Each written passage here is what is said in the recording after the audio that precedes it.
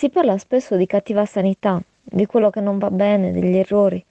A tutto questo purtroppo per vari motivi abbiamo dovuto fare i conti tutti in un modo o nell'altro, spesso per l'impossibilità di cambiare una realtà troppo dura, ma senza togliere niente a chi lotta per far valere i propri diritti e per poter affrontare difficoltà con dignità, non si può non vedere ciò che invece procede, e a volte pur nella sofferenza e nell'ansia regala un momento incantato. È difficile poter parlare di un luogo di analisi e cura in modo poetico, ma non c'è un altro modo per descrivere un centro di cura davanti al mare, che inaspettatamente si mostra tra i bungalow di Platamona, a meno di 15 km da Sassari.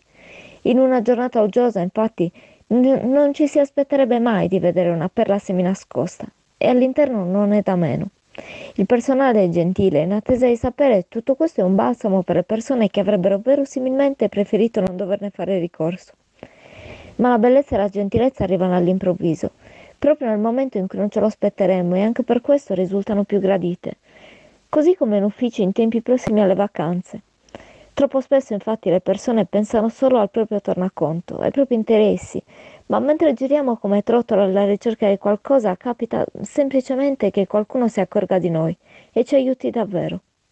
Forse non sono tutti chiusi nel loro piccolo mondo. Forse può esistere una collaborazione. Forse c'è ancora speranza.